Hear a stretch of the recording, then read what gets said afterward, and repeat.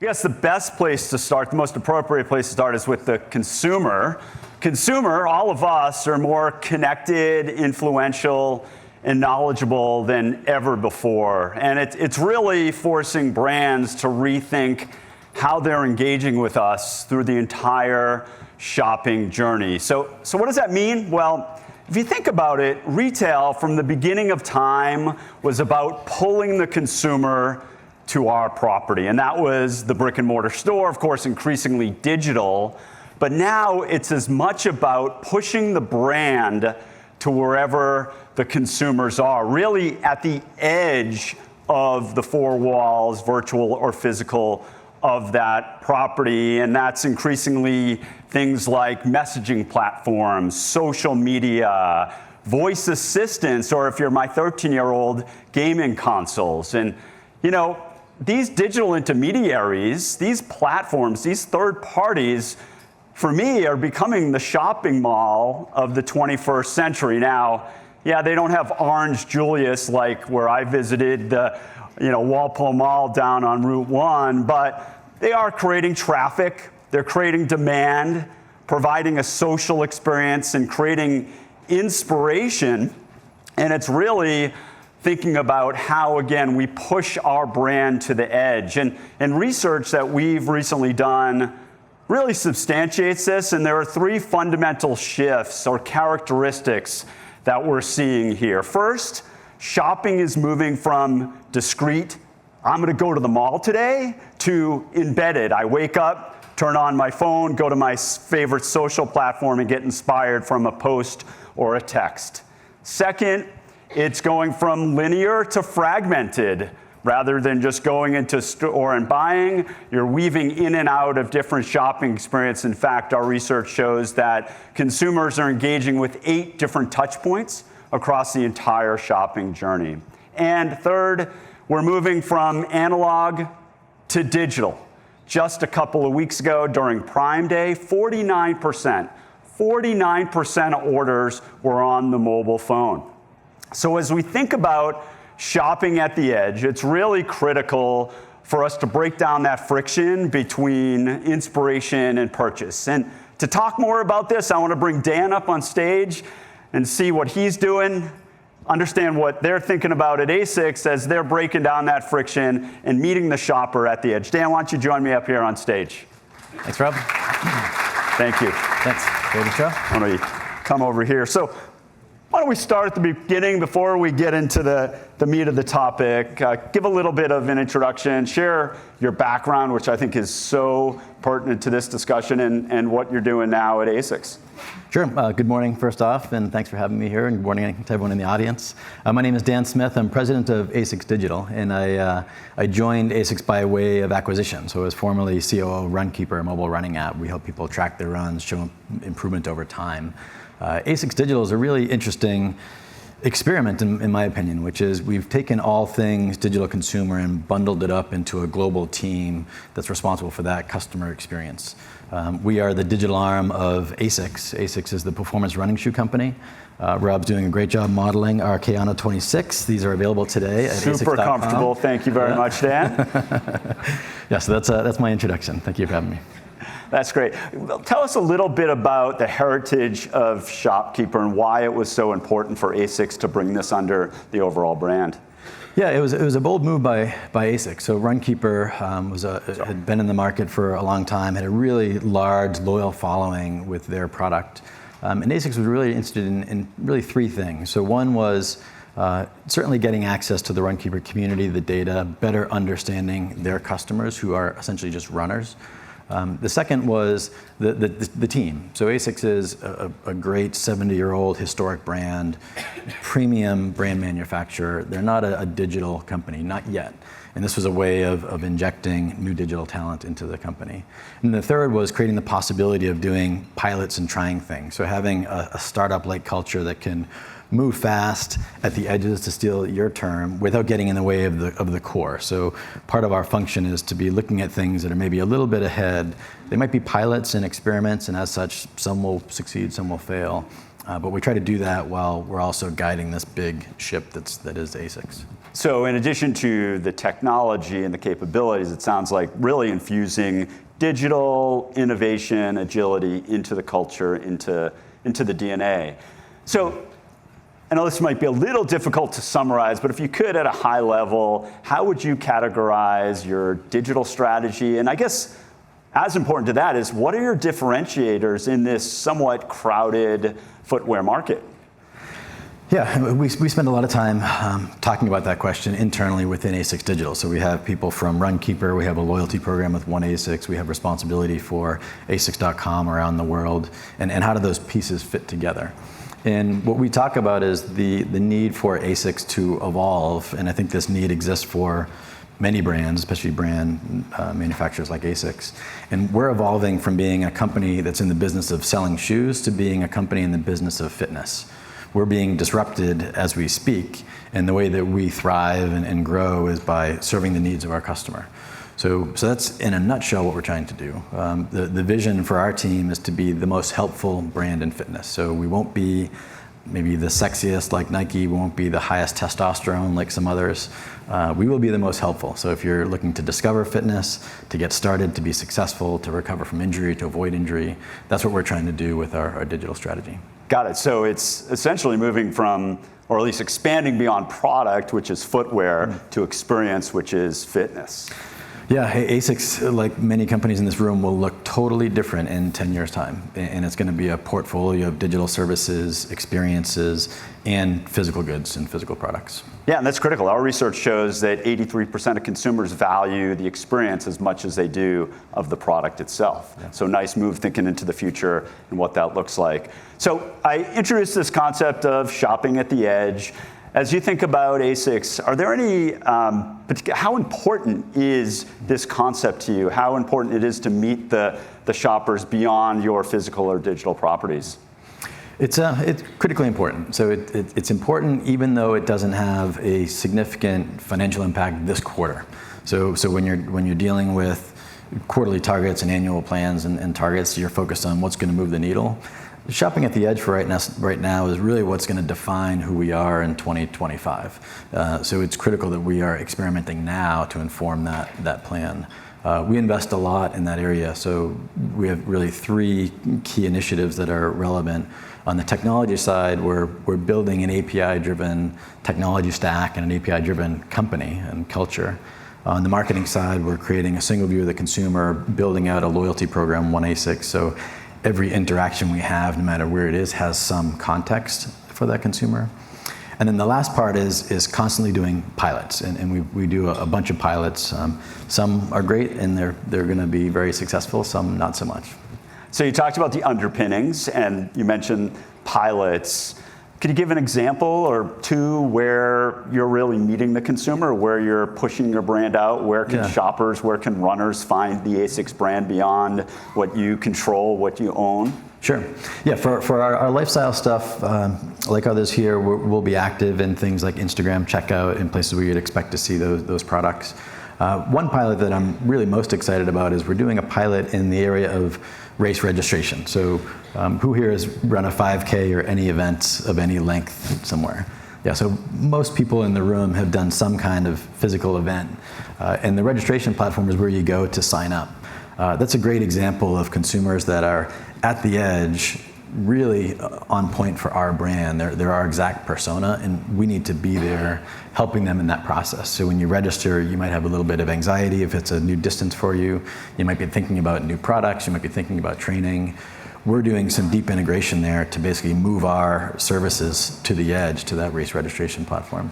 So it's really embedded, right? Somebody's not saying, gosh, I need a new pair of shoes. I'm going to run a race. I need to feel comfortable, confident about that. And you're placing your brand there. I'm assuming it's not hitting the head over with the brand, but rather more intimately getting involved in that experience a little bit. Yeah, exactly. So the first communication is not to try to sell a pair of shoes. Right. So we're starting a relationship, and then we have a period of many weeks, if not months, through training and development to get prepared for that race, where we really deepen that relationship. If at some point along that journey they want to subscribe to Runkeeper training or engage in ASICS digital services or buy some new Keynote 26s, then so be it. And they should, by the way. So, I think back to my analyst days, and we hear this concept and think about all the different potential investments you could make, and it comes down to prioritization. You can't do everything. As you mentioned, it's not necessarily going to have a direct impact on your P&L this year, or maybe even not even next year, but it's the future. Let's talk about prioritization a little bit. I used to call it management by magazine. Many of us don't read physical magazines anymore, but the idea of you come to a conference like this and you get excited, you get inspired by various things that other organizations are doing. When you're sitting around the executive table, how are you prioritizing these initiatives, recognizing there might not be a direct or immediate ROI on this? It's not our highest priority initiative in that it's not the big mover of today's business. And we have a lot of big things happening. The gentleman from Movado was talking about all the permutations of brand and region and currency and language. And we're doing similar things, rolling out worldwide across all the brands from within ASIC. So you have to balance those responsibilities, operating the core business, which is really driving financials, with experimentation. So we establish small project teams that can go off and try some of these things. The way that we prioritize which of those pilots we go after is really by understanding the customer. So we spent a lot of time talking about customer journeys, and I talked about customer journeys for a couple of years without knowing what it meant or what it was. I'd never seen a customer journey. Still don't know if I've really seen a good one. But we've gone through a process of building out customer journeys, and we're wrapping that up. And that shows us the different pain points that people have in their journey, the different emotional highs that they have in their journey. And then we look for those places where we can have an impact and where our brand would have an impact, and that's where we target these pilots, which is what led us to sort of the small 5K, 10K event registration. Great. So much of this discussion so far has been around digital, obviously, given your role. But you mentioned the race, and that's as much physical as anything. Can you talk about the role of digital in the physical store, whether it's your owned and operated or wholesale partners you're doing with? How are you using this infrastructure and the ability to extend your brand into some of these partners and helping the runner in that context? Yeah, we learn a lot from things that have been done for decades or centuries in the physical space, and then we use digital to bring scale to it. So a good example is just the pop-up store. So you can have a pop-up store that shows up at an event someplace, but you can have a digital pop-up store as well that can appear anywhere worldwide. Same thing with physical events. So with ASICS, it's a large brand. We sponsor things like Tokyo Marathon, LA Marathon. Those are really big engagements. The majority of the world doesn't run at the LA Marathon or the Tokyo Marathon. They run at the local turkey trot. And that's an example where digital can bring scale that you can't get in the physical world. So we look at digital as really just an extension of our customers' behaviors and bringing digital scale to it. Great. And your group is a center of competency to allow to move quickly and pop up these stores, whereas in the past it would take a lot of effort, a lot of infrastructure, a lot of technology. I'm guessing you can really weave in the agility and make this happen quickly. In theory, that's the theory. So we have great regional teams that focus on operating the core business today and growing that core business. The global COE, or Center of Excellence, so to speak, is doing some of this experimental stuff.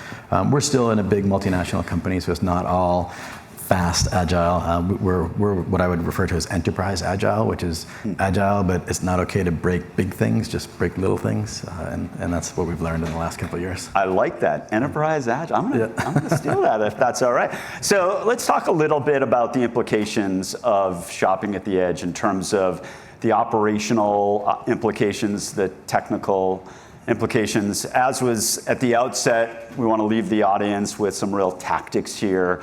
As you think about it, what are some of the operational implications? What do you think about technology-wise? You touched upon a little bit earlier in terms of as you're thinking about creating this platform for agility and innovation. It's really taking all of the challenges you have on your own property and just putting it out into the wild and imagining all the complexities that can happen. So it's not just shopping at the edge, it's returning at the edge, and it's the entire operations at the edge. So what happens if someone experiences your brand in a different environment that you're not controlling? And that's where we've decided that we need to be very much API driven, where in the long run, the world moves to a marketplace model, and everything is a marketplace, and we want to be able to control our brand in those marketplaces. But it's not as simple as just getting a listing there. You need to tie that back to your inventory, to your single view of the consumer, to your marketing stack, and that's what you learn with these small pilots. As soon as you get going, you realize, oh yeah, we forgot about that. Yeah, it's similar to what we heard from Tapestry and The Honest Company in terms of being able to synchronize whether it's inventory, product, content, price, and be able to take that order back. And doing it's complex enough within your environment, but then doing it in this distributed environment, it sounds like it takes a lot of just forethought and understanding where your brand is going to be. It does, yeah. Excellent. So I think we have a couple of minutes for questions from the audience. If you want to raise your hand, and we'll come around with a microphone. Anything for Dan or me, we're happy to address. Hi, I'm Sarah Brecker. I'm from CBS. You talked about you come from Runkeeper, went into this big multinational corporation. I'm curious about how you thought through that from an organizational culture perspective. Any lessons learned? Sure. First off, I think CBS is great. So you guys have a lot of innovative talent there. I've met a lot of great people and I was kind of amazed. So you think of CBS as a big company, but it's a really innovative company in my opinion. And I think the learning that I had taken from coming from a background in startups and entrepreneurship, and I've done it a couple times where I've become part of a big company, and maybe I've made the same mistakes a couple of times, but at ASICS what I've learned is small wins really help build credibility no matter what you're doing. So don't try and do a 7-figure fundamental shift. Try and do a $10,000, $50,000 pilot and improve a concept. Use that to educate people, win supporters to what you're trying to do. And then that number can get bigger and bigger as you go. So that's my key learning. That, and I got a bug. You got a fly going around there, yeah. Jeez. Anyone else in the room have a question? I have some new skin lotion I'm using, I think. Looks like we have one down here. We have a question right down here. If you have a fly swatter while you ask it, that would be helpful to see you. Thanks. Garf, more Scoot Around. So we have a similar challenge where we do scooters and mobility scooters and wheelchairs. So we're looking at a loyalty program, and we also have our rental side. So for us, it's rentals, you can get credits to go to sales, vice versa. But for yourself, where it's been shoes predominantly, how's the loyalty program panned out as a result of that? Like how are you engaging people to join onto the loyalty program? Good question. We're clearly not Starbucks, so people don't wake up every day and go buy a pair of shoes on the way to the office. So it's not a transactional loyalty program. And really what we're trying to do is create a relationship with our customers. I think of it more of as an American Express membership type program. So it's having the permission to engage and then bringing some benefits as part of that relationship. It's still early, so we've rolled it out. It's a persistent fly, but we've rolled it out in Europe, Japan, and the US. I can sense it. You got it, yeah. Ready? I think we should name it. Yeah, he's persistent. Tenacity is one of our traits for our company, and this fly is hired. Oh, wow. He's still alive, don't worry. So the loyalty program, it's a running experiment. And what we're seeing is that, one, it gives people, so someone had quoted 5% of people being identifiable at your site. And when you have a program that brings real benefit, so in our program, Rob can go run through the mud on the Esplanade and 90 days later return that product because we're that confident in the product. But by seeing that benefit, we now have registration rates that are more than double what they used to be prior to that program. So it's been very effective for us so far. Awesome. All right. Before I let Dan, you go and thank you, I'd like to actually, last question, maybe request. Can I get a Garfie with you? Can we do a selfie with the audience? Do you want the fly in the Garfie? I think the fly, oh my gosh, and it is still alive. It's still going. We are sustainable. That's awesome. Yeah, so I don't know if he's going to ask it to smile here. Okay, here we go. All right. Ready, everybody? Wave, look happy. All right. Thank you very much, and you get your very own Garfie sticker. Thank you very much, Dan. Really appreciate your time and insight. Thank you. Thank you.